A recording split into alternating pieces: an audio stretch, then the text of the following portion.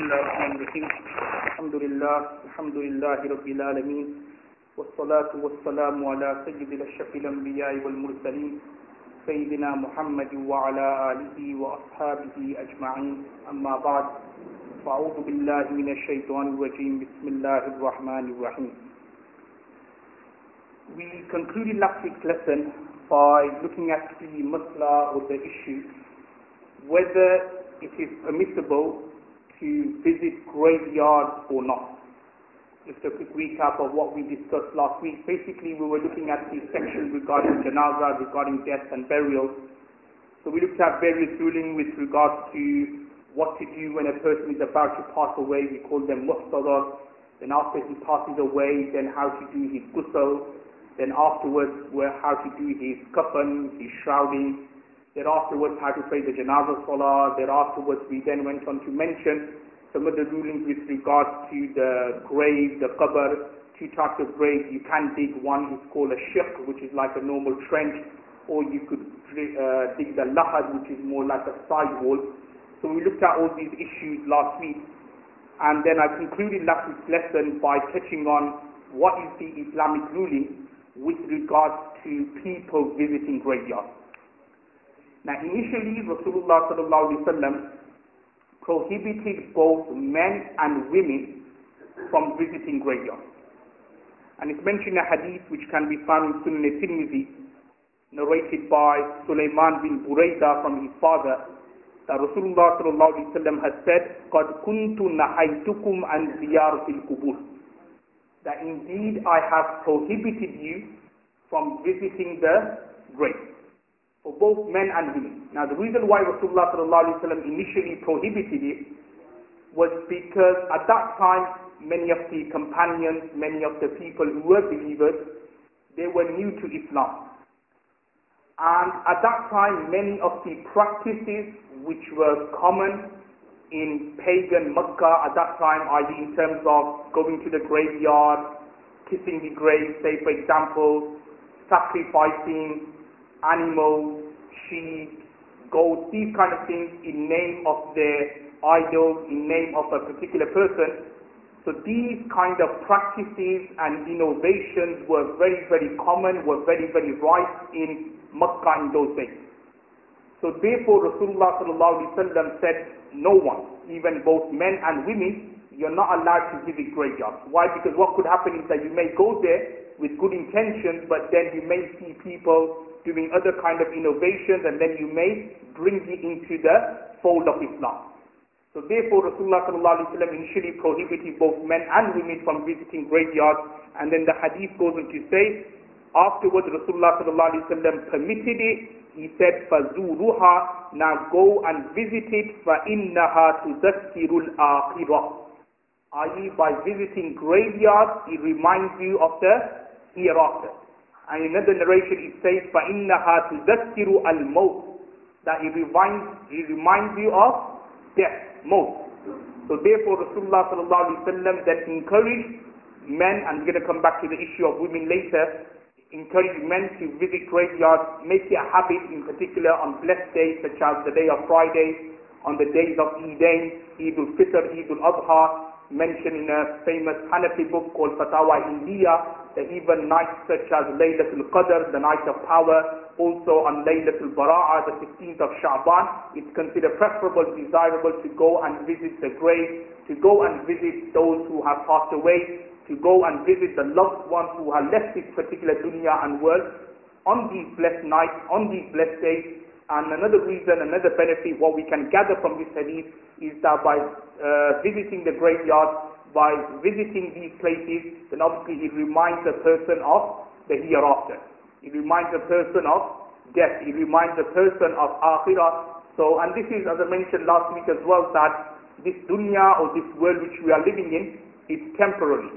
Okay, sometimes what could happen is that we're involved in our business, we're involved in our ventures, we're involved in so many other things that we actually forget about the hereafter.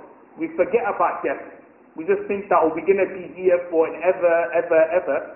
And sometimes what happens is that it actually needs a trip to the graveyard, to the local cemetery. Then he actually puts some put your brains back into place. Sometimes we live in this world, sometimes we think that we're never ever going to pass away.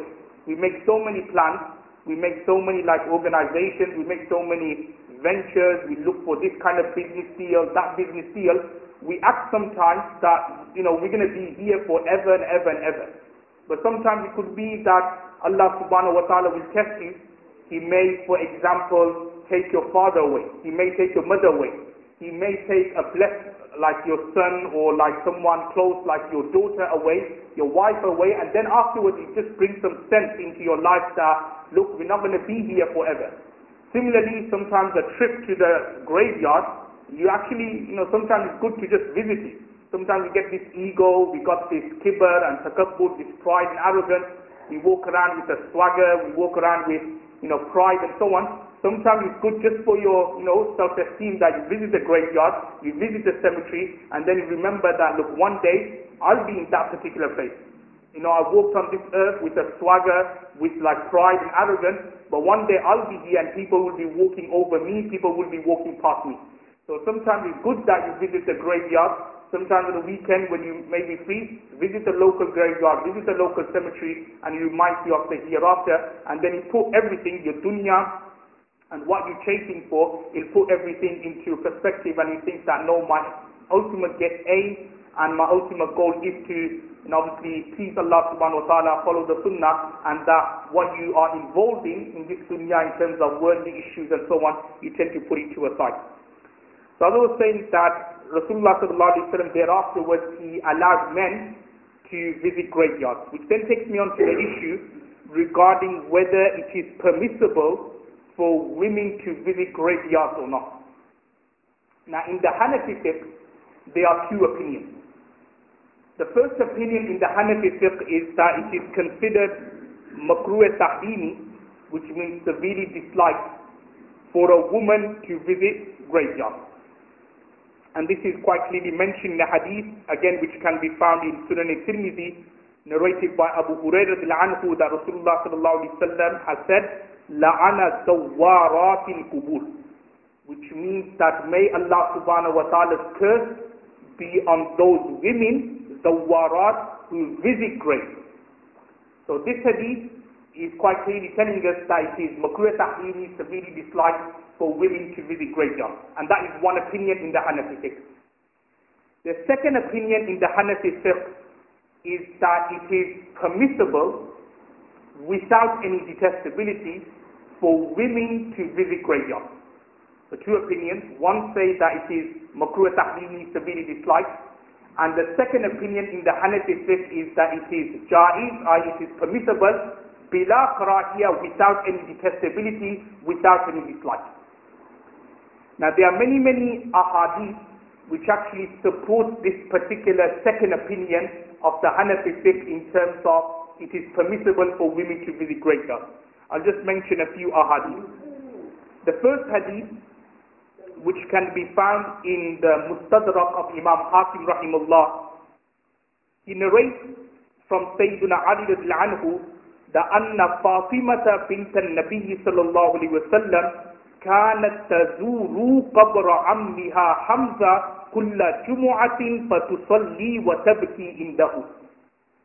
This hadith is telling us that Fatima radhiyallahu anha, the daughter of Rasulullah sallallahu alaihi wasallam, she would visit the grave of Rasulullah sallallahu alaihi wasallam's uncle, but in this hadith here it says she would also visit her uncle. The word here in the hadith says qabr ammiha, and I explained in the second how Hazrat Hamza radhiyallahu anhu was also Fatima radhiyallahu anha's uncle. So she narrates that she would visit her uncle Hamza every Jummah, i.e. every Friday.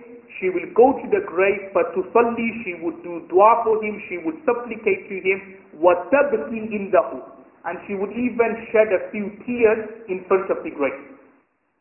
So this hadith of Mustadrak al-Hakim actually supports the second opinion of the Hanafi fiqh in terms of it is permissible for women to visit graveyards. The daughter of Rasulullah sallallahu alaihi wasallam, Fatima, who has mentioned a hadith, she will be the Sayyidatu Nisa Ahli Jannah. She will be the leader, the female leader of the people of Jannah and paradise, the daughter, the blessed daughter of Rasulullah sallallahu alaihi wasallam. she would visit graveyards, even to the extent that she would go there, she would spend some time there, she would pray, and also to the extent that sometimes tears will be shed from her eyes while remembering her uncle Hazrat Hamza radiallahu anhu. Now, this takes on to an issue, a slight issue here, is that Hazrat Hamza radiallahu anhu, you may be thinking, wasn't he the uncle of Rasulullah sallallahu alaihi wasallam? So therefore, how did he become also the uncle of Fatima radiallahu anha? Now, Hazrat Hamza radiallahu anhu, he was 2 years older than Rasulullah sallallahu alaihi wasallam, and he was Rasulullah sallallahu alaihi wasallam's uncle, meaning that he, i.e. Hazrat Hamza, was from Abdul Muttalib. So basically, Rasulullah sallallahu alaihi wasallam, then 2 years older, you had Hazrat Hamza, who was Rasulullah sallallahu alaihi wasallam's uncle.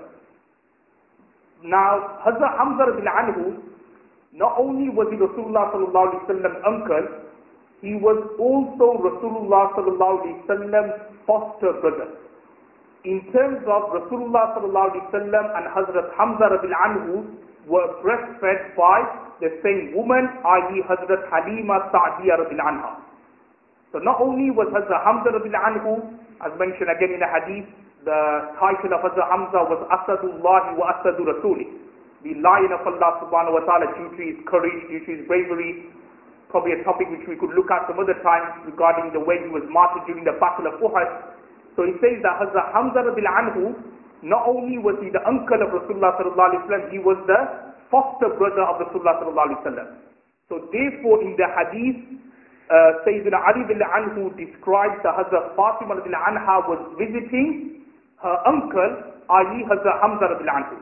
And the way he became the uncle of Hazrat Fatima was by him and also Rasulullah sallallahu alaihi wasallam being breastfed by the same woman. That made Hazrat Hamza Rasulullah sallallahu alaihi wasallam foster brother. Hence, in relation, he has now become the uncle of Hazrat Fatima radiallahu anha. So that's why in the hadith it says that she visited her uncle Hazrat Hamza every Friday. For to Sunday, she would go and pray and also do dua for him, وَتَبْكِي إِنْدَهُ, and she would also cry next to his grave. So that is one evidence from the hadith which explains that women are allowed to visit graveyards.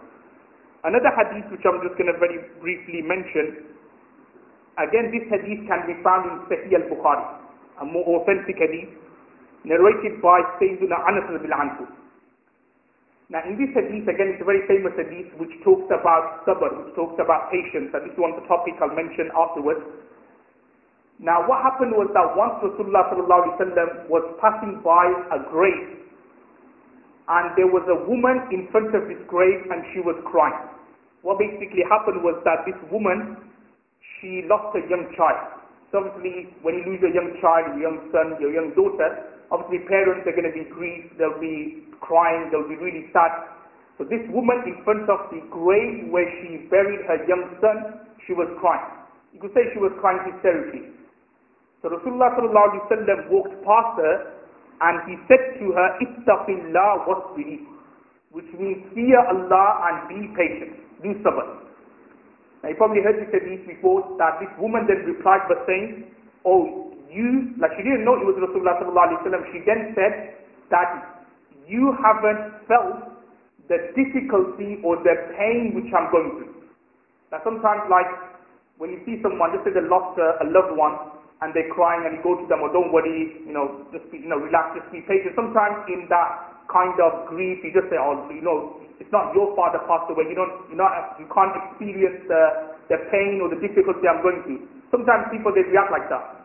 So similarly, this woman, she didn't know it was Rasulullah sallallahu alaihi wasallam. She said, oh well, you haven't lost a child, so you're not aware of the pain, you cannot imagine the pain which I'm going through. Rasulullah sallallahu alaihi wasallam reflects her, and then the hadith goes on to say that then somebody told this woman that, oh, this was Rasulullah sallallahu alaihi wasallam, just said this to you. And then she went to Rasulullah sallallahu alaihi wasallam for forgiveness. But from this hadith, what we can derive is that this woman was visiting graveyards. She was in the graveyard. She was in front of the grave, the qabr where her young son passed away. She was crying, and Rasulullah sallallahu alaihi wasallam said this. So that again indicates that it is permissible to visit graves. Yes, and also another hadith, just very quickly, which can be found in the Tabaqat of Ibn Sa'd, which basically says that Sayyidah Aisha anha visiting graveyards and other companions and Sahabas also visiting graveyards as well. Now what we have here is a scenario where you've got some ahadith saying that women cannot visit graveyards, and then you've got 2-3 ahadith saying that women can visit graveyards. Now the best opinion which Mufti Taqi Usmani has given is that there should be a balance in terms of women visiting graveyards. In terms of, he has said that a general permission should not be given to women to visit graveyards. What I'm trying to say is that generally a fatwa or ruling should not be given that women can't visit graveyards without any detestability. Because what will happen is that if we were to give a general permission, general ruling, then you'll get scenarios where women will go there without parda, without niqab. You'll get scenarios or situations where women will go there, and because women emotionally are weak, they tend to cry a lot, they tend to get upset very quickly. So you may have situations where they go there, they start wailing, they start crying, they start screaming, causing a big hoo-ha in the graveyard and so on. So therefore, it's best that you don't give a general permission to women.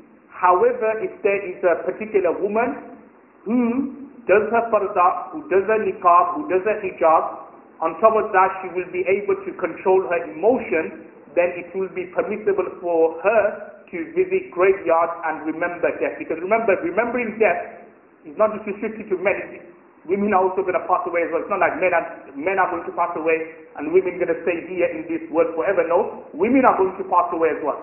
So the same reason why Rasulullah ﷺ encouraged men to visit graveyards, i.e. فَإِنَّهَا تُذَكِّرُ الْآخِرَةِ, the same cause and reason can be found for women as well, and that is that they should also visit graveyards. But remember, as I said, that it shouldn't be a general permission should not be given to women. However, if say for example, if there is such a woman who is pious, who is taqwa, so on and so forth, you know that she does the parda, you know that when she goes to the graveyard, she's not going to cause a big scene, she's not going to be wailing, she's not going to be screaming or crying, causing a big hoo-ha around the graveyard, causing unneeded attention in the graveyard. In that situation, it will be permissible for women to visit graveyards. So that is a mas'ala with regards to visiting graveyards. Some other rulings here before we continue is another issue here is with regards to post-mortem, that whether it's permissible to carry out a post-mortem on a deceased before you bury him. Now, generally speaking, the ruling given by our scholars, by our Hanafi scholars, is that it's not permissible to carry out a post-mortem on a deceased. When he passes away, it's not permissible. And the main reason for its impermissibility can be found in a hadith which Imam Malik rahimahullah has narrated in his Muwatta, and the words of the hadith are كَسْرُ عَظْمِ الْمَيِّتِ كَكَسْرِهِ حَيًّا, which means that when you break the bone, or just say for example, if you were to break a bone of a deceased, the same pain a living person would have felt in breaking his bone, that same pain and feeling the deceased will experience. But the difference is that if somebody was to break our bone when we are alive, we'll be like shouting, we'll be crying, and you could see the pain on our face. For the deceased, you won't be able to see that pain, you won't be able to hear or feel that particular pain. Now what this hadith from what Imam Malik is telling us is that, look, if you're going to carry out a post-mortem where you're going to cut the deceased body to check that, is everything okay, and then you're going to sew it back, it's going to give him some pain. Even though we can't see him feeling that pain, even though you won't be shouting out, you won't be saying, no, don't cut my body, because obviously he's dead, you won't be shouting out, anything like that, but he actually experiences pain. Same way if somebody was to cut your body, was to cut your chest and was to check if is everything okay and so on, you'll feel pain. Exactly similarly, the deceased also feels pain as well. So therefore, wherever possible, post-mortem and these kind of things should not be carried out on the deceased. However, scholars have said that if there is a need to carry out a post-mortem, and a need in terms of if there is a danger that the death is suspicious, that there may have been foul play involved in the death in terms of somebody murdered him, somebody poisoned him, those kind of situations, then obviously it is permissible to then carry out a post-mortem, more because to actually ascertain what was the cause of death rather than for the sake of it. Because obviously, even in the Islamic state as well, they'll allow that, because obviously if somebody poisoned that individual, then you need to get hold of the perpetrator, you need to get hold of the criminal, the person who committed that crime. So even in an Islamic state, it would be permissible and allowed. However, just say for example, if somebody passed away, the doctors, everybody knew that this individual had cancer, everybody knew that cancer, liver cancer or bladder cancer, throat cancer was the cause of this person's death, then in that situation, when you know the cause, there's no need for you to then carry out a post-mortem. It's only allowed when, for example, if you're not sure what the cause of death is, or if there was, as I said, foul play involved, then in that situation it will be permissible to carry out a post-mortem. The third issue here which we need to look at is with regard to stillborn children and whether you should give them a janazah in terms of whether are they required that you give them a bath, you give them a kafan, you pray the janazah salah, or should you just bury them without any of the aforementioned things? Now there are three situations with regard to stillborn children or children who were born and then passed away very soon afterwards. The first situation is that if a child was born and there was some sign of life or hayat on that child. Now the signs of life could be in terms of it cried or it screamed and then passed away, or it was like, for example, it was born but you could see like there was a heartbeat there, or like for example the child, say for example, moved its eyes around, blinked its eyes and then passed away.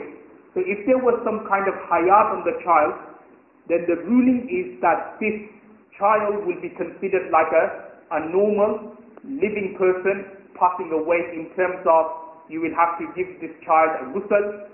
Thereafterwards you will have to give him the sunnah kafan. Sunnah kafan, I explained before, i.e. the izar, the qameez, the lifafa. Thereafterwards you will have to pray janazah salah, and also on top of that you will give him a name.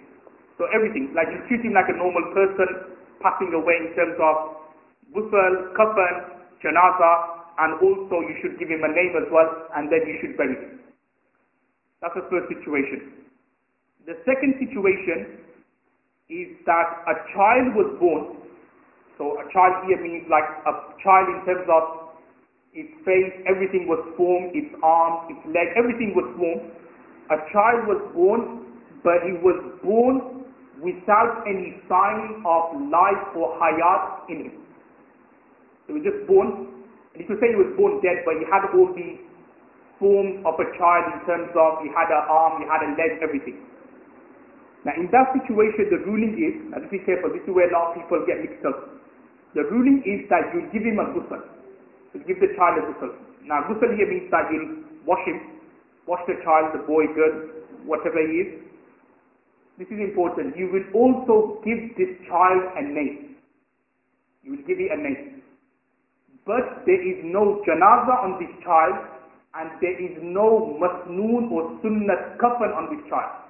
So you just wrap him in a piece of cloth and then you bury him. Remember, a child born, so he was born and most of his body was kind of formed. Or just say for example the mother has a miscarriage, say at 8 months or something like that. So most of the child is formed. So what you do is that you just like wash the body, like just make sure that the blood and everything, these kind of things are off the child's body. You will give the child a name. That's important because there was a case recently, somebody, it happened to him where he didn't give his child a name or even a ghusl, actually just like wrapped him in a piece of cloth and just buried him. So you give him a ghusl, there should be a name to the child, so you should give the child a name, but there's no janazah. So there's no need for you to pray janazah salah, and also there's no need for you to wrap the child in a piece of cloth, in a masnoon kafan. You just wrap him in a piece of cloth and that would be sufficient. The third situation is that if a part of a child is formed, part of a child is formed, meaning that, just say if a woman was to say have a miscarriage after 3 months, 4 months, when it's very like, whatever comes out is going to be very, very small. So not the arms, everything, it hasn't formed properly, the head hasn't formed properly, the legs haven't formed properly. So if only a part of the child is formed, now listen carefully again.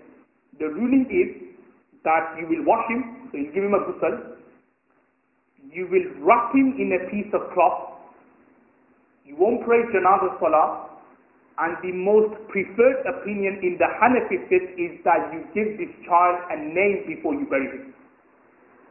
So a young child born, just say 3 months, 4 months, has a miscarriage.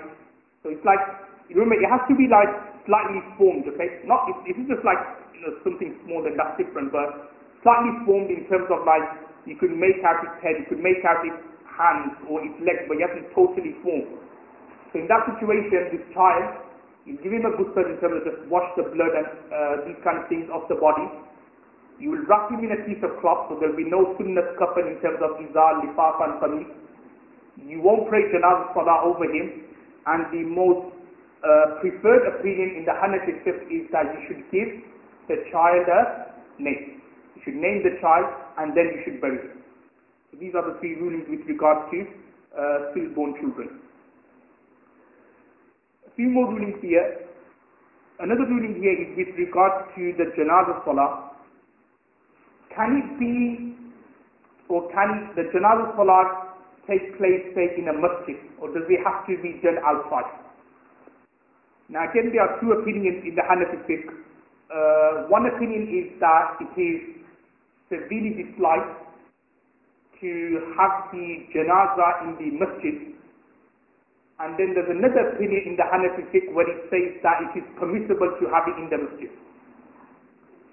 Now, the scholars who said that it is makruh tahrimi to have the janazah taking place in the masjid, the main reason they cited is because if you were to bring the janazah or the coffin, or not the coffin, sorry, the deceased, the dead body into the masjid, there's a danger that sometimes like urine, these kind of things may come out of the dead body, and it may make the masjid impure, may make it filthy, may make it najas, and so on and so forth.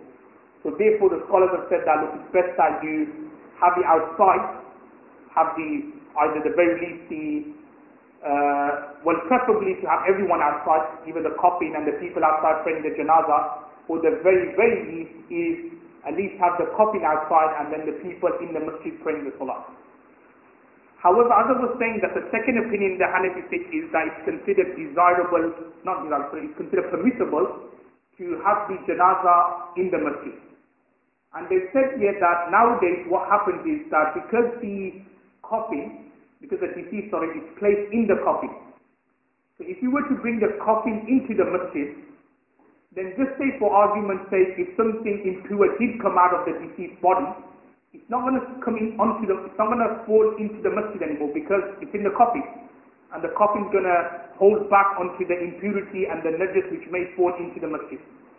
So therefore, scholars have said that it is permissible to have the janazah in the masjid. Obviously preferable that you do have it outside. However, if somebody did have it in the masjid, then there is no karahiyah or there is no detestability regarding that.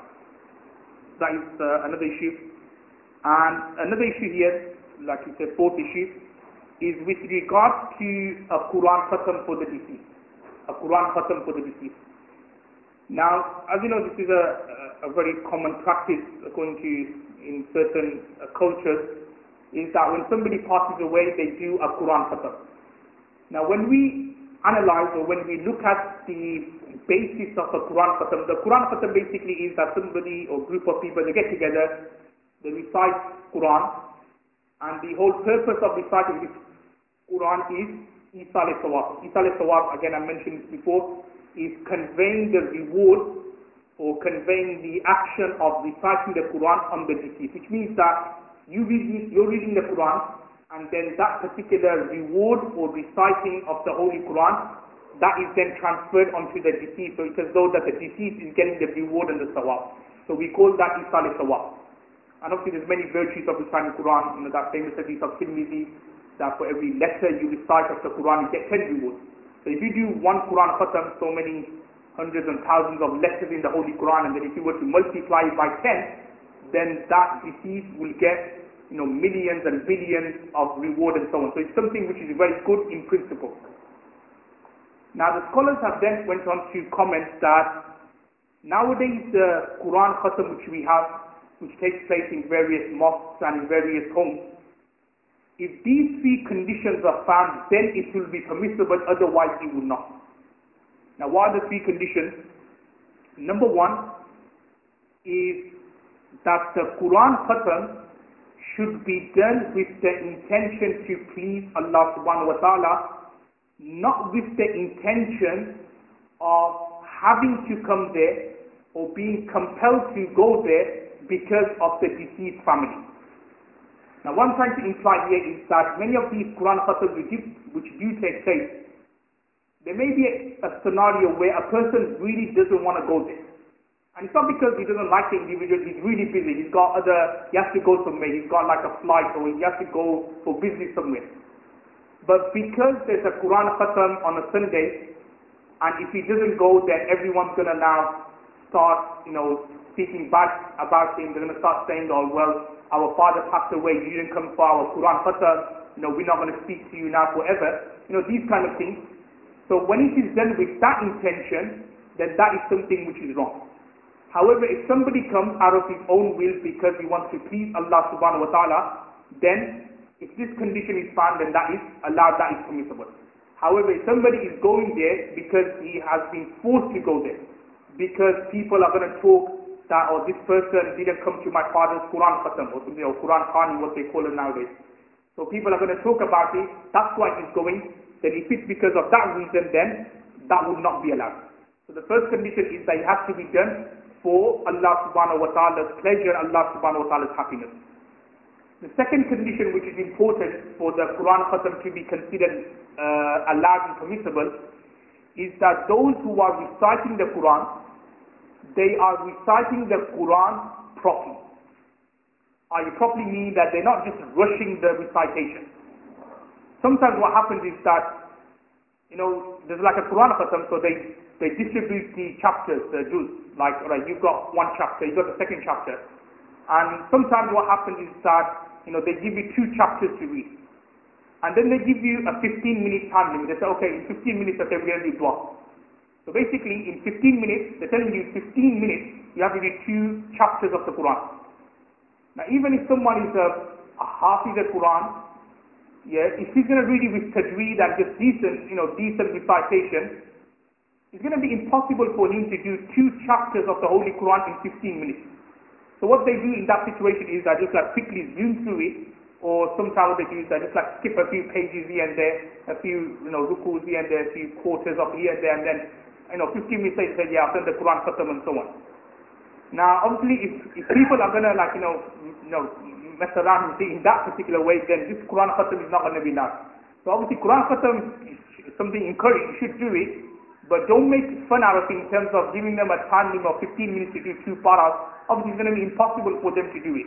So do it in such a way that, okay, we give you half an hour to do 2 paras, or you've got 1 hour to read 1 para, but read it properly and so on. So the second condition is that the qira'ah or the recitation, it should be done properly. And the third condition, which is quite important, is that people who go for Quran khatam, they should not take money for it. They should not take any money for it. What normally happens is that for these Quran khatams, they always invite a scholar or an imam to come around.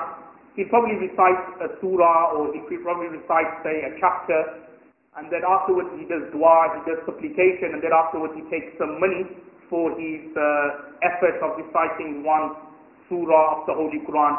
Obviously it takes a lot of effort to recite one surah of the Holy Quran, the amount of time it took him, the effort it took him to say those words and so on. So what does he do is that he charges people for what he did. Now if he's going to charge money for that, then that's not going to be permissible.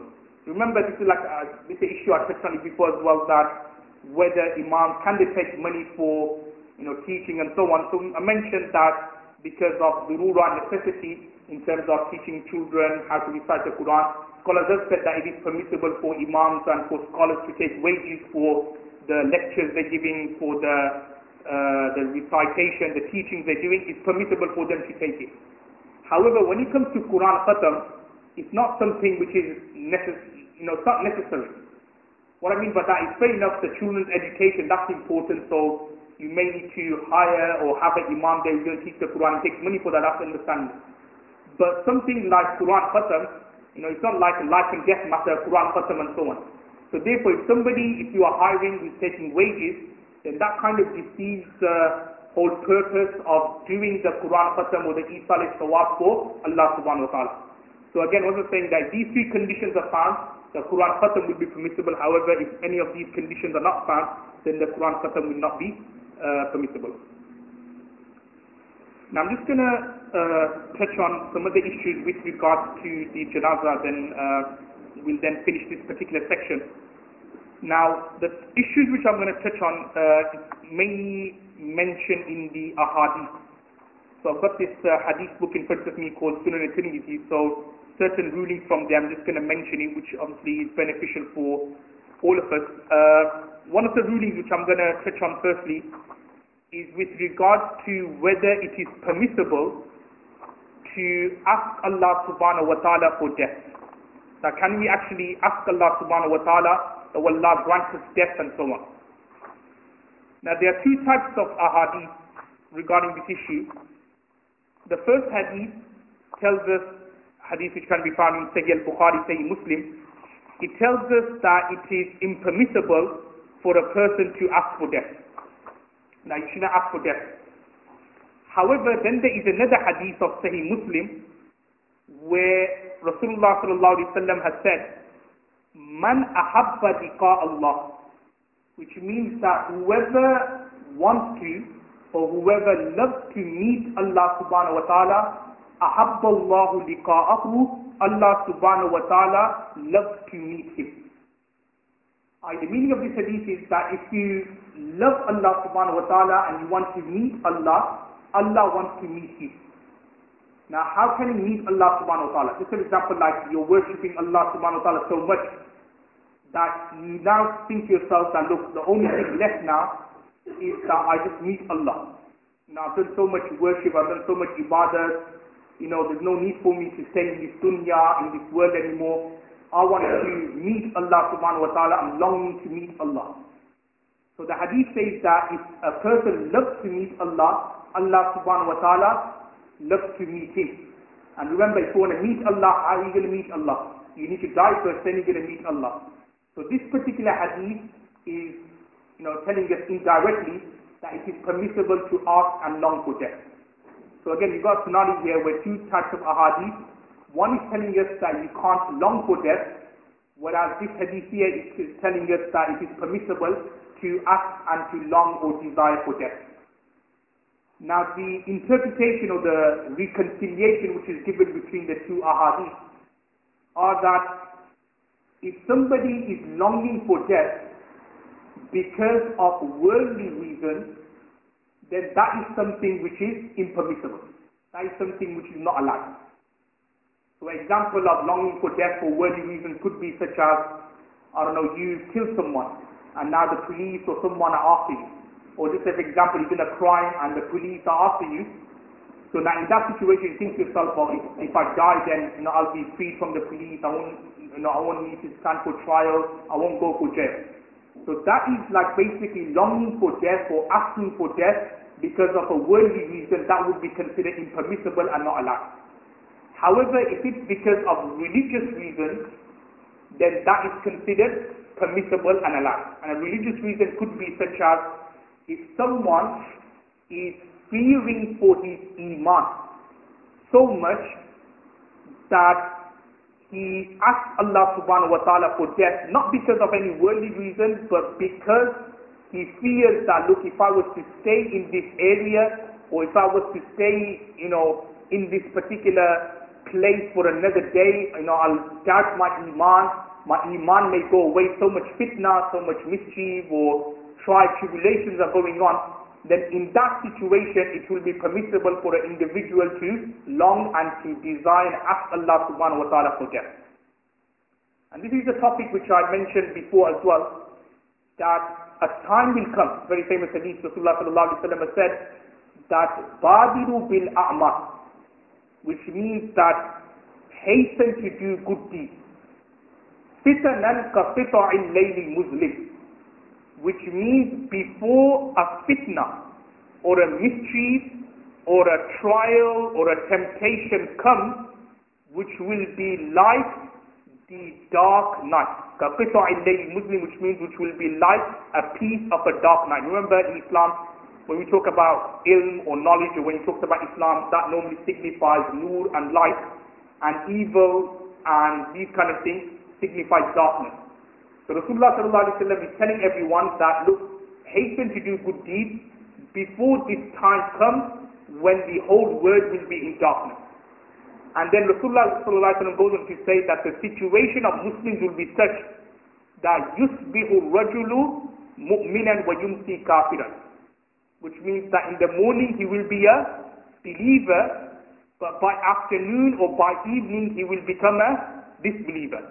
Or the other way around, that وَيُمْسِي مُؤْمِنًا, or at night time when he goes to sleep, he will be a believer, وَيُصْبِحُ كَافِرًا, and in the morning when he wakes up, he will be a disbeliever.